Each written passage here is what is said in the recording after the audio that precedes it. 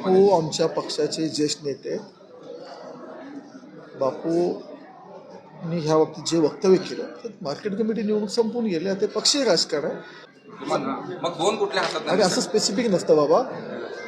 11पैकी 9 एखादं 19-20 गणितात असतं ना इकडे तिकडे. दादा अक्कलकोटमध्ये 3 नगर परिषदा तिन्हीच्या तिन्ही नगरपालिकेवर भारतीय जनता पार्टीचा झेंडा चांगल्या मताधिक्याने पडतो. आमदार सचिन कल्याणशेट्टी यांनी सोलापूर महानगरपालिकेच्या निवडणूक प्रमुखपद का नाकारलं याचं उत्तर दिलं आहे. तसंच त्यांनी 11 नगर परिषदेमध्ये किमान 9 जागेवर भाजपाचा नगराध्यक्ष निवडून येईल असं भाकीत देखील केलं आहे.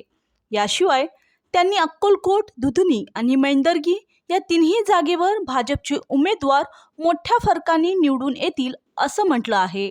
राजीनामा वगैरे नाही विषय तो. 15 दिवसापूर्वी जेव्हा पहिल्यांदा या संदर्भात VC झाली निवडणूक प्रमुखांची, ती बैठक पूर्ण झाल्या मी पक्षाच्या वरिष्ठांना विनंती केली की जिल्हा परिषद निवडणुका ह्या कधीही लागू शकतात. जिथे आरक्षण 50% आत आहे तिथं सोलापूर जिल्हा परिषद त्यात येतं. त्यामुळे सोलापूर जिल्हा परिषद कधीही लागू शकतात. माझा स्वतःचा मतदारसंघ आहे. अशा परिस्थितीमध्ये दोन्हीकडे वेळ देणं मला जिकिरीचं होईल. त्यामुळे 15 दिवसापूर्वी मी पक्षाला विनंती केली होती आणि काल पत्र निघालं. परत मी माननीय मुख्यमंत्री साहेब, माननीय प्रदेशाध्यक्ष साहेब आणि माननीय पालकमंत्री या तिघांशी चर्चा केली. मी विनंती केली की तोंडावर जिल्हा परिषद निवडणुका असताना माझा मतदारसंघ मोठा आहे, 9 जिल्हा परिषद गट आहेत आणि परत तिथे मला वेळ द्यावा लागतो. म्हणून मी पक्षाला विनंती केली आणि पक्षांनीही माझी विनंती मान्य केली. माननीय मुख्यमंत्री साहेब असतील, प्रदेशाध्यक्ष साहेब दोघांच्याही लक्षात आलं जिल्हा परिषद निवडणुका डिक्लेअर झाली की माझी अडचण होईल. त्यामुळे त्या गोष्टीत त्यांनीही मान्यता दिली. त्यांच्या चर्चेनंतर मी त्यांना पत्र दिलं. अशी कुठलीही गोष्ट नाही की बाबा मी राजीनामावर दिलं. मी विनंती केली आणि पक्षाने ते मान्य केली. एक नॅरेटिव्ह बोलण्याचा प्रश्न केला जातोय की चक्रव्यूह फिरले, 24 तासात तुम्ही राजीनामा दिला गेला, बापू नाराज होते आणि त्यामुळे तुम्ही सगळं घडलं गेलं, अशा पद्धतीचं एक नॅरेटिव्ह. भारतीय जनता पार्टी आहे. इथं आमच्या मर्जीनं काय मिळत नाही, आमच्या मर्जीनं काय पाहिजे म्हणलं तरी होत नाही, नाही म्हणलं तरी होत नाही. इथं पार्टी आणि पक्षाचे नेते हे काय सांगतात त्याचं आदेशाचं पालन करणं आपलं काम आहे. आजपर्यंत पक्षाने जी जबाबदारी दिली, जिथं मला प्रवास करायला सांगितलं प्रत्येक वेळी करत आलो. आता ही अडचण जी आहे ती राजकीय अडचण आहे, मग ती आज नाही आहे. 15 दिवसापूर्वी जेव्हा पहिल्यांदा VC झाली त्याच दिवशी पक्षाला विनंती केली आणि त्याच्यानंतर परत काल केलो. कुठली चक्रबिक्री काही नाही फिरले आणि भारतीय जनता पार्टीत कोणाचं ऐकून काय होत नसतं. आणि भारतीय जनता पार्टीचे आमचे जे नेते आहेत त्यांच्याही कोणाची नाराजी नाही. हा सगळ्यांच्या चर्चेने झालेला विषय आणि हा पक्षाच्या कामकाजाच्या सोयीसाठी हा निर्णय झाला.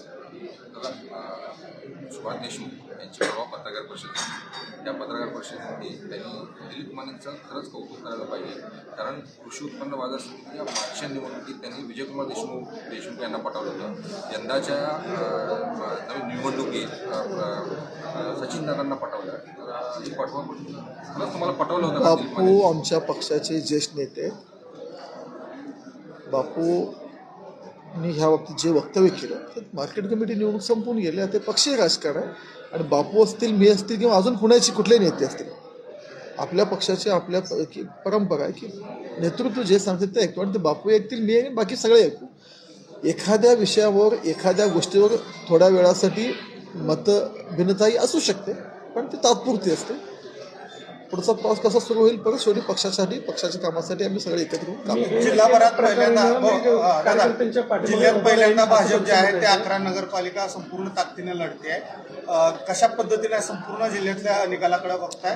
भारतीय जनता पार्टी पहिल्यांदा सगळ्या नगरपालिका जिल्ह्यात लढवत आहे आणि 11पैकी किमान 9 नगरपालिकेवर भारतीय जनता पार्टीचा झेंडा फडकवेल.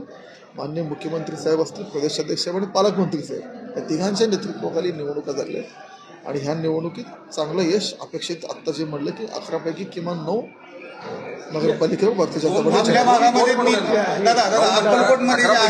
किमान 9. मग दोन कुठल्या हातात? आणि असं स्पेसिफिक नसतं बाबा.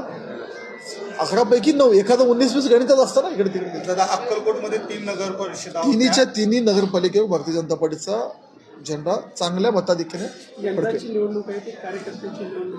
काय चुकीचं बोलले बापू? बरोबर आहे ना. कार्यकर्त्याच्या पाठीशी आम्हाला सगळ्यांना उभं राहावंच लागले. त्यामुळे बापूंचं म्हणणं बरोबर आहे आणि त्यांच्या म्हणण्याचं माझं पाठिंबा आहे त्याला. बाप्पू असंच म्हणतायत की दिलीप मानेंना जे आहे ते कोणत्याही पद्धतीचं तिकीट वगैरे दिलं जाणार नाही. या सगळ्या दिलीप मानेंच्या पक्षप्रवेशाच्या संदर्भात तुमचा रोल फार मोठा आहे, कारण मी अनेक वेळा तुम्ही त्यांच्यासोबत मुंबईला प्रवास केलेला आहे. या बाबतीत यात कितपत तथ्य वाटतं? अनेक वेळा प्रवास केला नाही, एकदाच प्रवास केलेला आहे आणि मी माझं काम, मला माननीय मुख्यमंत्री, माननीय प्रदेशाध्यक्ष जे सांगतील ते फॉलो करायचं मी काम करतो. मी माझं डोकं कुठंच लावत नाही. मला ज्या गोष्टीची सूचना, आदेश वरिष्ठांकडून आले मी त्याचं पालन करतो. ह्याच्या पलीकडे मी माझं काही डोकं लावतो. काँग्रेस शहराध्यक्षांबाबत काय आदेश आलाय का वरून? काँग्रेस शहराध्यक्ष शहराचे नेते खुलासा करतील तुम्हाला, त्याबाबतीत ते बोलतील.